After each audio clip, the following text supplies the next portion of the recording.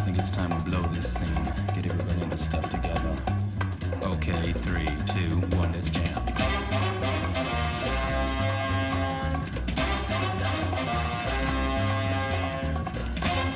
Cowboy Bebop is one of the best anime ever made, and so much can be said about the Shinichiro Watanabe series, from its very dramatic and poetic story, its extremely compelling characters, amazing action, incredible world building, stylistic animation, to its groundbreaking soundtrack. But we are not talking about any of that today.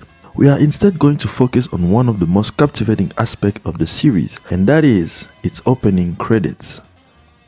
So let's take a look at Cowboy Bebop's intro and why it is so integral to the series' success. Okay, 3, 2, 1, let's jam. The opening theme is called Tank and was written by composer Yoko Kanno and was performed by her band, the Seatbelts, who performed most of the music in the exquisite soundtrack of Cowboy Bebop. The fun and intense jazz piece is such a perfect fit for the spirit of the show. Its Latin infused art bop style with a rhythm section that mixes a double bass and a bongo drums followed by an alto saxophone gives it a bit of those old James Bond vibes, which is accompanied by visuals just as captivating and stylistic. A technique that I assume was also used by The Incredibles, as its end credits look fairly similar to Cowboy Bebop. I could also mention Archer, but that was more of a ripoff than anything else, so no. The art direction for the title sequence is also reminiscent of Seijun Suzuki's Tokyo Drifter, a 1966 film made during the Japanese New Wave, and even acts as a manifesto supported by the mindering text in some shots, like they must create new dreams and films by breaking traditional styles, or they are sick and tired of conventional fixed style jazz. The work, which becomes a new genre itself, will be called Cowboy Bebop, will play without fear of risky things. The strong images coupled with the oral landscape of trumpets, saxophones, trombones, drums, and double bass produced a marvelous introduction to one of the best anime ever created.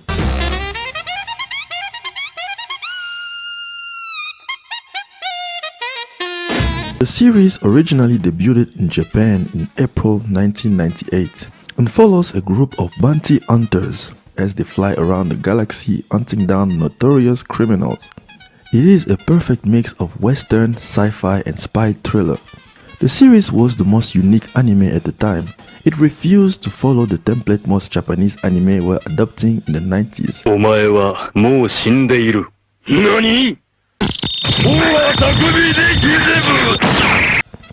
And it differentiated itself not only with the story it was telling, but even with its stylistic choices. And all of that had to be represented in the opening credits. Shinichiro Watanabe and Yoko Kanno wanted the viewers to instantly pick up on how different and out of the box their series was. And the first step was to find an intro that not only testifies of that uniqueness visually, but musically as well. While most anime used J-pop or rock music for most of their opening credits, Tank was more refined and a lot less aggressive and a lot more subtle and mature, just like the series itself. Opening credits are often reduced to something to skip on Netflix or something to allow you to run to the bathroom before starting the next episode. But it should be noted that the opening credits are also a person's introduction to a series or a movie. I remember exactly why Cowboy Bebop grabbed me the first time I watched it. In just under 2 minutes, Tank sets up the tone, the characters, and the overall vibe of the show, while the end credits are meant as a reminder that under the swashbuckling adventures and fun jazz music, there are tragic stories behind these characters. So you start each episode on a high note and ends on a depressing one. Just like the show itself started as a fun ride filled with action, adventure, and humor, but the ending ended up being pretty depressing.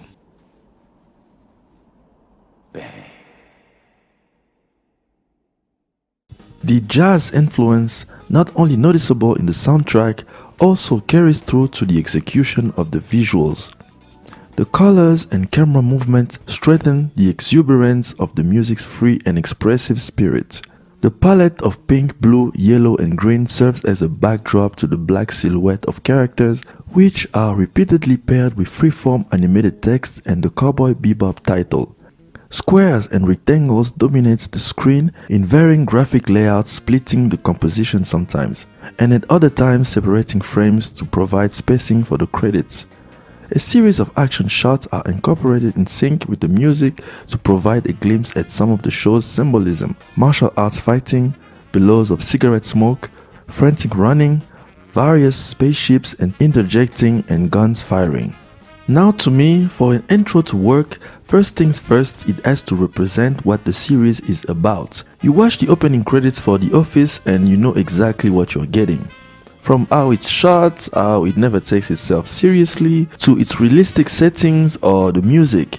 You watch Daredevil's opening and despite not having any character on display, you get the overall vibe of that show, of that world that allows you to embrace the aesthetic of the show. Or, my personal favorite, the opening credits of Doom Patrol, which details each character and their backstory while leaning on the weirdness of the show. Recently in anime, I think the first season of Attack on Titans is the closest thing to a perfect opening I've seen. The visuals and music match up to create the sense of rebellion or revolution, which represent the show perfectly. A good opening tells you immediately if the show matches your tastes or not.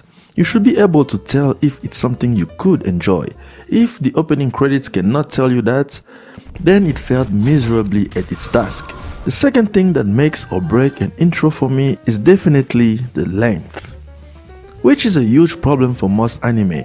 Sometimes the music is good, the aesthetic matches the tone of the series, but when the opening credits takes almost 3 minutes out of a 20-minute episode, then there is a problem. The best thing about Tank is that Kanno keeps it brief while injecting life and purpose to it. Cowboy Bebop has always had an interconnected relationship with its soundtrack. The soundtrack inspired most of the series, while the series in return inspires some of the soundtrack. And hence, the inclusion of the name Bebop in the title of the series, as the soundtrack is made of bebop jazz. And the bebop jazz inspired Watanabe in crafting the show itself. The conception of Cowboy Bebop's sound came several years before the anime even existed.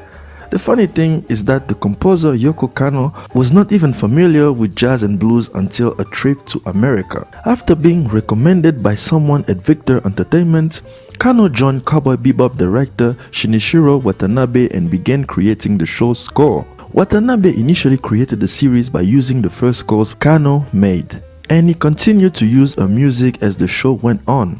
There were instances where I heard these songs she created for Cowboy Bebop, took inspiration from them and created new scenes for Cowboy Bebop. And then she would be inspired by these new scenes I had created. They will give her new ideas for music and she will come to me with even more music. So it was a game of catch between the two of us in developing the music and creating the TV series Cowboy Bebop. Kanno also revealed in an interview with the Red Bull Music Academy in 2014, the seeds for that score were sown in middle school and high school when I was a member of the brass band. I'm not sure how it is nowadays, but back then all the songs kids were taught were not at all cool. So I made and performed originals, but a part of me was always frustrated because I couldn't understand why everybody else was content playing uncool music. I wanted to play brass music that shook your soul, made your blood boil, and made you lose it. Cowboy Bebop's Tank is perfect, memorable, groundbreaking, and timeless. Yoko Kanno has worked on many other anime before and after Cowboy Bebop and has always used the music to help the anime express itself. Like how she made the soundtrack for Macross Plus very hypnotic because one of the main characters, Sharon Apple, was a virtual idol who used music and singing as mind-controlling weapons. Or how she made songs like Be Human in the Ghost in the Shell standalone complex soundtrack to express the character's desire to reconnect with her human self. She's an incredible composer and her work on the Cowboy Bebop opening alone places her up there with some of the greatest composers of all time. And her amazing score, coupled with an incredible direction, definitely cements Tank's position in the ranks of best openings of all time.